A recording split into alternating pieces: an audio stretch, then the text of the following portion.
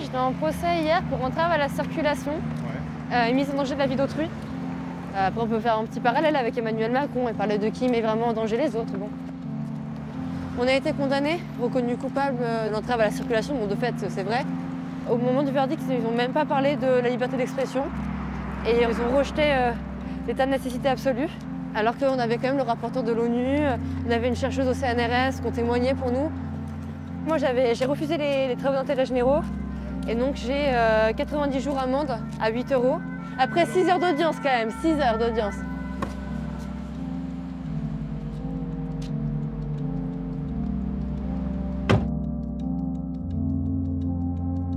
Sur mon avant-bras ainsi que sur ma jambe ici et sur ma jambe ici, j'ai marqué le numéro donc en haut, un M pour Manon. C'est devenu obligatoire de donner son code de déverrouillage. Sauf qu'en fait, moi, dans mon téléphone, j'ai des conversations Signal avec tous mes amis et j'ai pas super envie que les policiers aillent faire fouiller dedans. Enfin, j'ai aussi pas mal d'informations qui pourraient mettre en péril d'autres personnes.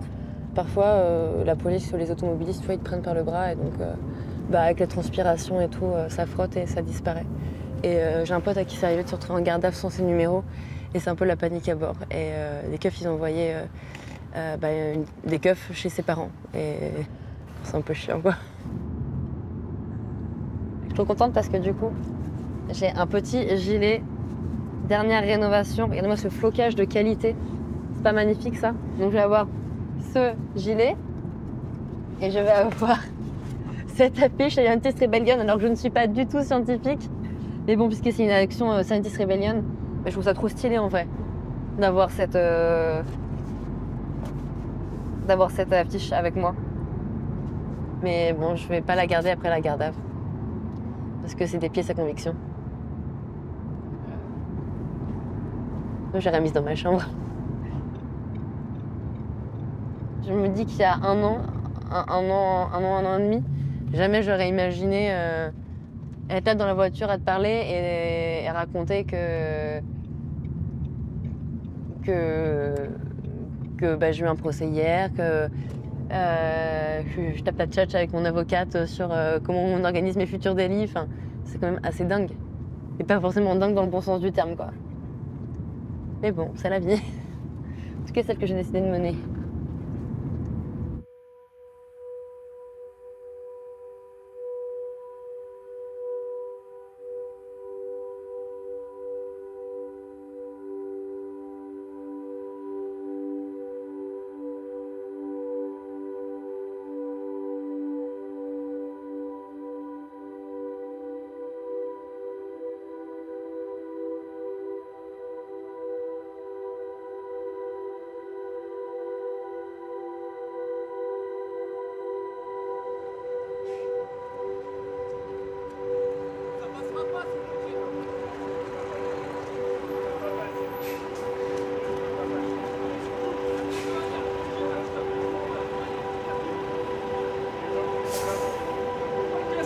Allez manifester pour chez Total. On bloque cette écluse pour empêcher le tanker de passer. 2,7% de fuite, en fait, on a affaire à une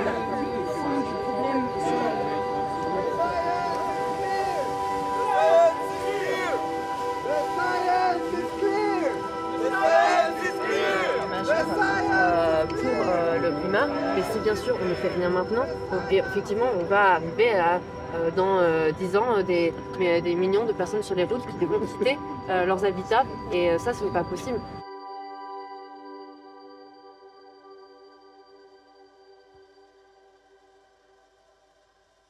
Je me réveille ce matin-là, il est 6 h du matin, je vais aller au lycée. Et comme toute bonne fille de prof, au moment de prendre ma douche, j'écoute France Inter. Et là, j'entends qu'il y a une usine Céveso qui a pris feu. Je me dis, oh waouh, délire. J'apprends que c'est chez WAM. Je dis, oh waouh, délire. Mais oh waouh, délire, attendez, quoi? J'ai quand même un vague souvenir que quand j'étais à l'école, dans ma ville à Rouen, on avait des entraînements. On sait que s'il y a une usine qui prend feu, et nous on avait vraiment des grosses usines à côté de chez nous, donc on était très sensibles à ce genre de questions. Et je me suis vraiment été formée à ça. et qu'il y a des alarmes qui vont sonner, qu'il faut écouter la radio, qu'il faut en gros scotcher les fenêtres et les portes pour éviter les infiltrations toxiques. Et donc là, je me dis que j'ai pas entendu ça. Du coup, je me dis que c'est pas grave que s'il y a un incendie d'usine, mais que c'est pas grave. Donc voilà, je prends ma douche, je pars au lycée. Et là, dans le bus, je traverse la Seine. Et je vois un immense nuage, c'est même plus un nuage, c'est le ciel en fait. Là, ma mère m'appelle, me dit en fait, meuf, tu rentres à la maison.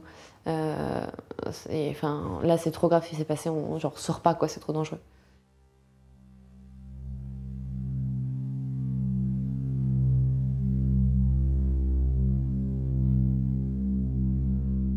On a été confinés du coup le jeudi et vendredi, et c'est tout quoi. Alors que ça puait le produit chimique dans toute la ville. Et quand les gens sont retournés travailler le lundi, il y avait des élèves qui vomissaient pendant les cours tellement l'odeur était nauséabonde. Et vraiment se dire ça, c'est une ville entière plongée dans une odeur nauséabonde de produits chimiques. Et ça a alerté personne, à part nous, mais ça a alerté aucun pouvoir public. Et toujours maintenant, il n'y a eu aucune enquête de santé publique réelle de mise en place.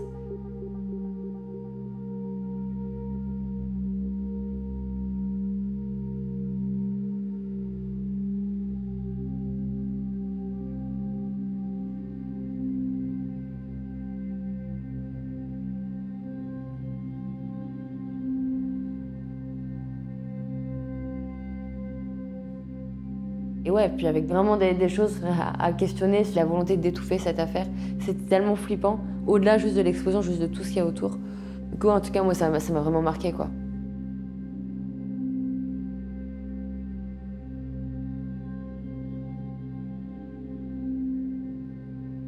J'en garde le souvenir que ceux qui décident pour nous, les politiques, tout ça, préfèrent nous laisser mourir, en fait. Et que si je veux pas ça, faut que j'entre en lutte.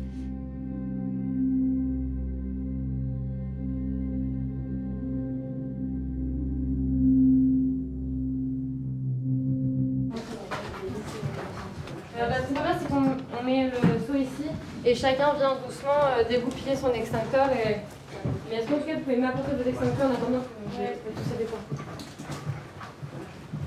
Ah, waouh, c'est bon, je suis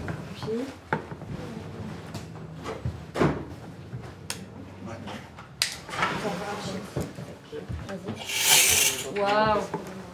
Celui-là, il est bon. Très bien. Ok, c'est bon. Et qui n'a pas testé son extincteur encore? Marie-Juliette, tu l'as fait? Oui. Tu l'as fait, Valentine? Ouais. Alice? Ouais.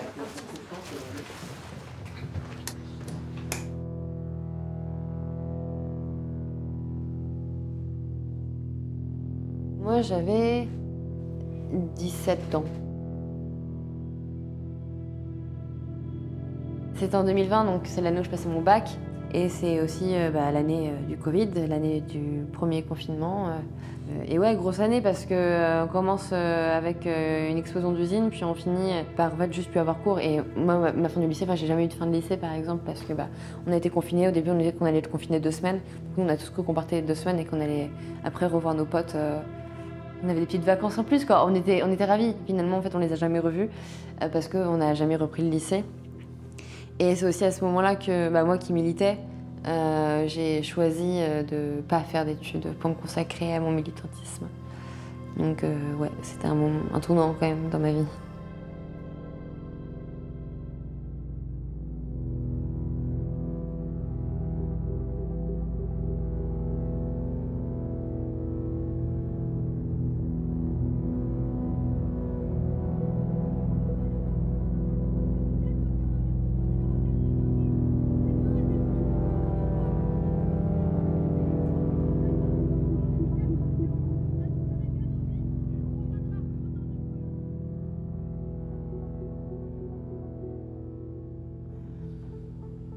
Je regrette pas, mais j'ai de plus en plus conscience de ce que j'ai pas fait, quoi. Mais je regrette pas d'avoir fait ce choix. Je referai le même.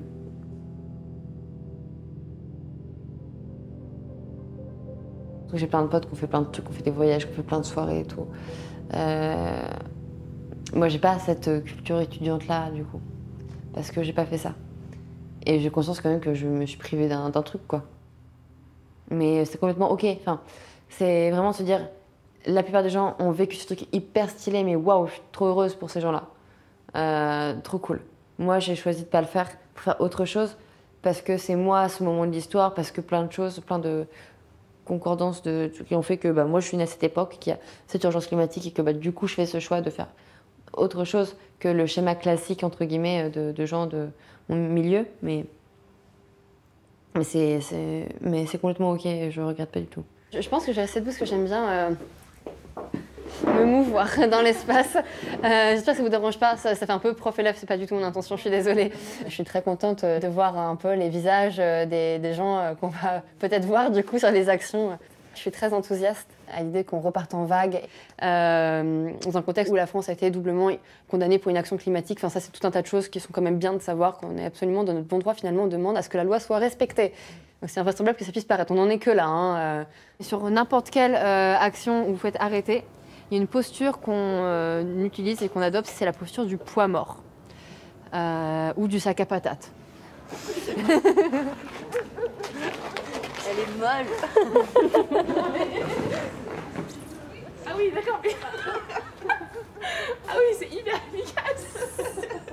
Il se peut qu'une personne décide de s'en prendre physiquement aux personnes qui bloquent. Là-dessus, on a une posture qu'on adopte, nous. C'est pas une posture, on va se mettre ni comme ça, ou avec les mains vers l'avant, qui pourrait être pris comme de la violence. Encore une fois, il y a les médias qui vont se donner un cœur joie si jamais. Il y a une image qui pourrait laisser penser que peut-être un jour on a essayé d'eux, alors que pas du tout, juste on se défend. Enfin, c'est même pas on se défend, juste on se protège. Et donc, c'est que enfin, voilà, vous êtes en train de bloquer comme ça. Et une personne, par exemple, arrive à vous. Et l'idée, c'est donc pas de se défendre, ni de se débattre, ni quoi que ce soit. C'est de se mettre donc sur le côté, comme ça. Côté projectile, pardon. Et d'essayer du coup de se mettre de ce côté-là parce qu'elle a rate ici, donc la rate vers le sol. Parce que si jamais elle a un choc trop violent, elle explose. Et vite fait, c'est chiant. Non mais c'est stop. Mademoiselle. Stop. Non mais vous arrêtez là maintenant. Vous arrêtez, stop. Ça commence à bien faire là. Vous me donnez ça tout de suite, madame. Vous en foutez pas, vous en Des foutez menaces, jamais vous fait, faites des menaces, hein. vous partez. On a une policière efficace et le reste. J'ai raté ma vocation, je crois. Ça va? Tu vas tout va bien. C'est bon. Ah oui, vous faites quoi, madame? Je suis pas un policier, bizarre. Les policiers, policières. Ouais.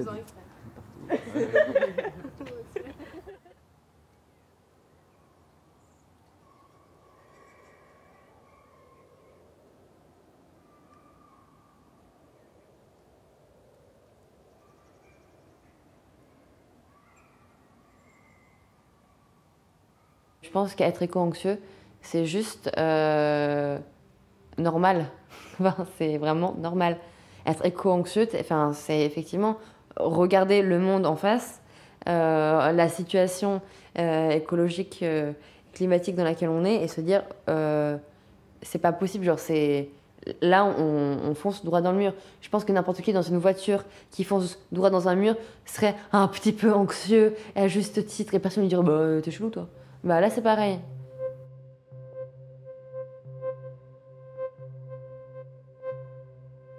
Oui, j'ai des phases un peu comme ça où ouais, c'est badant et juste je bouge plus. Mais très souvent, elle se transforme en rage parce que je sais qui est coupable.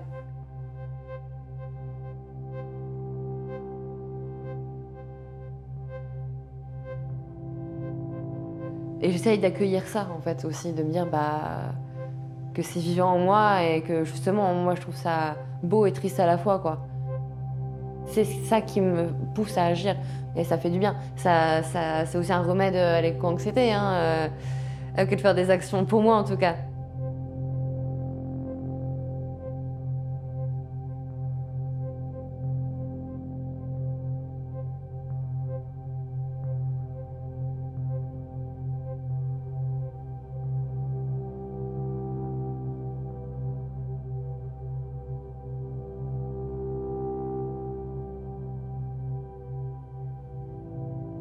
Je comprends que quand tu as une vie, un travail, une charge mentale, on puisse pas toujours avoir le temps de se connecter. Parfois, on se connecte de force, enfin, c'est juste nos émotions comme ça, et on va voir une image choc d'incendie voilà, où ça va nous envahir. Mais parfois, c'est aussi, je pense, juste de la protection de dire ok, mais je mets ça de côté, c'est trop violent.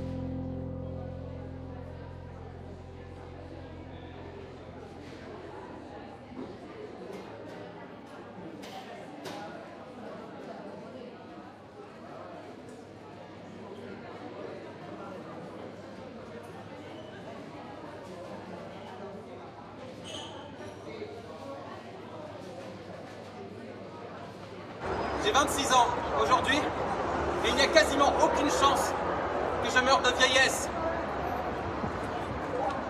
Il faut le dire, l'inaction gouvernementale est un crime de masse contre notre génération, contre nos amis, contre nos proches. C'était mon deuxième déferment en 2 semaines ici aussi. Ton deuxième déferment en 2 Et j'avais semaines, déjà ok. un autre procès pour dégradation en réunion, donc je pense qu'on dit bon, celle-là, Oui, je pense que contrôle c'est- judiciaire et procès. C'est quoi cette action pour laquelle on est aujourd'hui là? Bah, c'est l'action avec un roux sur la statue Horse and Rider de Charles Ray qui est devant la Fondation Pinault. J'ai jeté un seau de peinture orange avant de m'attacher la cheville au sabot du cheval, pendant que toi, Moi, pendant ce temps-là, moi je suis monté sur le cheval Oui, pour lui mettre un t-shirt, le même t-shirt que Rachel a là, avec le d'accord. nombre de jours restant. Et puis je D'accord. me suis attaché à côté de Rachel. D'accord. Et on a passé 1 heure accroché à cette statue, à discuter. à discuter, à parler avec les gens, à expliquer pourquoi on faisait ça.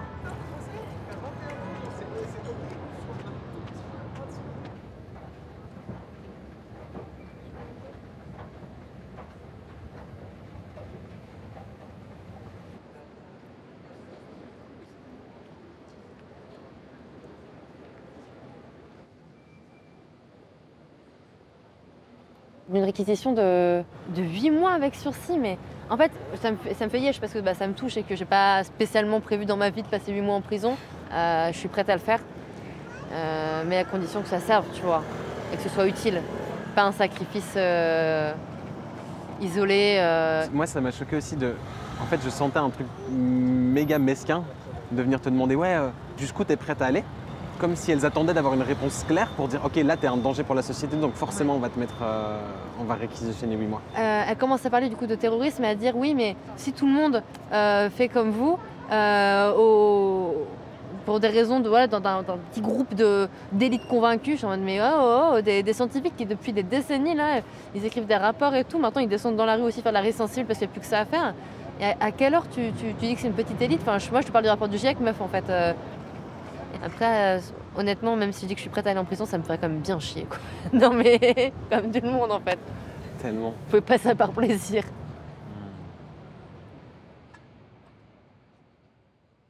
En fait, je me rends compte que si je lutte de cette manière, si je prends tous ces risques, c'est parce que j'aime les belles choses de ce monde. J'aime la nature, j'aime l'art, j'aime ma famille, j'aime passer du temps avec les gens que j'aime. Et en fait, j'ai envie de vivre dans un monde où c'est possible de le faire. Et je trouve que c'est super fort de se raccrocher un peu à ce genre de sentiment là où tout fout le camp en fait. Et que c'est la fin du monde. Et que c'est horrible, mais qu'on a encore de l'amour entre nous. Et pour racheter le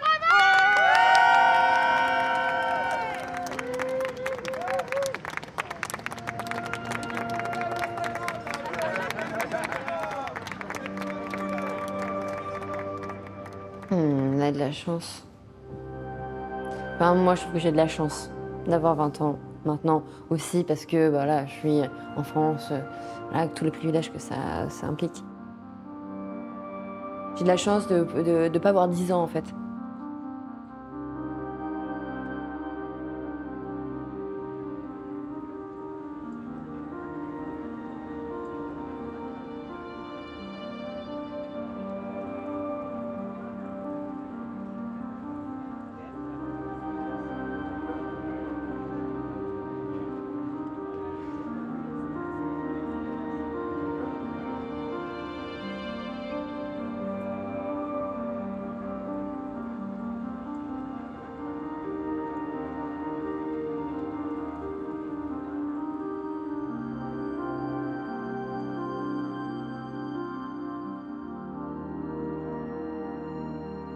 quand je suis sur la route, quand je suis sur n'importe quelle action ou à tâcher une statue que je viens de repeindre, peu importe.